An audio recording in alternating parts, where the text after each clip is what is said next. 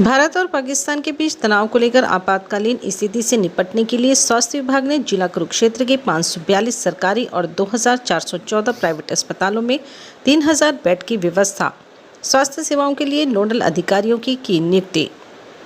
भारत और पाकिस्तान के बीच तनाव को लेकर आपातकालीन स्थिति से निपटने के लिए स्वास्थ्य विभाग ने जिला कुरुक्षेत्र के 542 सरकारी और 2414 प्राइवेट अस्पतालों में 3000 बेड की व्यवस्था की है। कुरुक्षेत्र सीएमओ डॉक्टर सुखबीर सिंह ने कहा कि कुरुक्षेत्र में किसी भी आपातकालीन स्थिति से निपटने के लिए स्वास्थ्य सेवाओं के पर्याप्त प्रबंध किए गए हैं। इस जिले में 26 सरकारी और 15 प्राइवेट एम्बुलेंस की व्यवस्था की गई है। प्रत्येक एम्बुलेंस में स्वास्थ्य अधिकारी और कर्मचारी की ड्यूटी लगा दी गई है। इस जिले में लगभग 3000 बेड की व्यवस्था की गई है। इसमें 542 सरकारी और 2414 प्राइवेट अस्पतालों में बेड की व्यवस्था की गई है।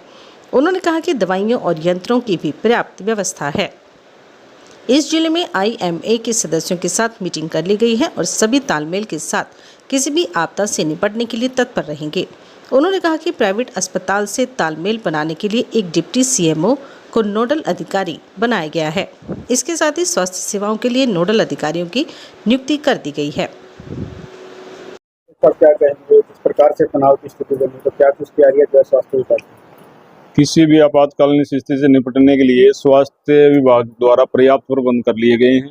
मैं बताना चाहूँगा कि जिले में 26 सरकारी एम्बुलेंसेस और 15 प्राइवेट एम्बुलेंस उपलब्ध हैं, जो सभी वेल इक्विप्ड हैं, मेडिसिन प्रॉपर मात्रा में उपलब्ध हैं। उनमें प्रत्येक एम्बुलेंस में स्वास्थ्य अधिकारी और कर्मचारी की ड्यूटी लगा दी गई है। इस जिला कुरुक्षेत्र में लगभग 542 सरकारी हॉस्पिटल में और 2414 प्राइवेट हॉस्पिटल में बेड अवेलेबल कर दिए गए हैं और ऑक्सीजन के अरेंजमेंट के लिए नोडल ऑफिसर बना दिए गए हैं। District nodal officer doctor Ramesh Agrawal को बना दिया गया है। प्रोक्योरमेंट के लिए doctor Jagmendra deputy civil surgeon को और अन्य डिप्टी सिविल सर्जन को भी वेरियस चार्ज दे दिए गए हैं। वेरियस चीज़ों के लिए नोडल ऑफिसर बना दिया गया है। LNJP जो डिस्ट्रिक्ट हॉस्पिटल है, यहाँ के nodal officer doctor sir Agrawal principal medical officer को बनाया गया है। उसके साथ असिस्टेंट के लिए डॉक्टर विमल अभी जो डिप्टी CMO बने थे वो उनको असिस्ट करेंगे। छुट्टियां भी कहीं ना कहीं बंद कर दी गई। छुट्टियां देखो, जो चीफ सेक्रेटरी का हमारे पास लेटर आया है, जो पहले छुट्टियों में गए हैं उनकी भी छुट्टियां रद्द कर दी गई हैं। उनको सबको ड्यूटी पे वापस बुला लिया गया है और आगे से फ्यूचर में किसी को भी छुट्टी नहीं देनी। अगर कोई बहुत ज़्यादा इमरजेंसी है तो उसमें DGHS की से अनुमति लेके ही छुट्टी दी जाएगी। तो एम्बुलेंसें हमारे पास, मैंने जैसे आपको बताया, 26 एम्बुलेंस सरकारी हैं हमारी, वो और 15 एम्बुलेंस प्राइवेट है। प्राइवेट एम्बुलेंसेज को भी जो 112 का जो टोल फ्री नंबर है कंट्रोल रूम का, उनसे उनको कनेक्ट कर दिया गया है।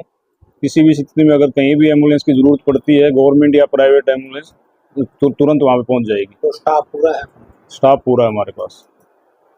सभी लिस्ट का भी हमने लाइन लिस्टिंग कर ली है, गवर्नमेंट की भी प्राइवेट की भी। हमारे पास स्पेशलिस्ट भी पूरे हैं। और जहाँ तक IMA की बात है, IMA ने भी अपने डॉक्टर्स की कमेटी बना दी है कोई किसी भी स्थिति से निपटने के लिए। IMA की तरफ से भी हमारे को पूरी सपोर्ट मिलेगी और गवर्नमेंट हॉस्पिटल में भी हमारा जो जितना अरेंजमेंट हम कर सकते थे हमने कर लिया है। जहाँ तक मेडिसिन की बात है, वेयर हाउसेज में जैसे एडिशनल चीफ सेक्रेटरी हेल्थ ने हमारी वीडियो कॉन्फ्रेंस मीटिंग ली थी।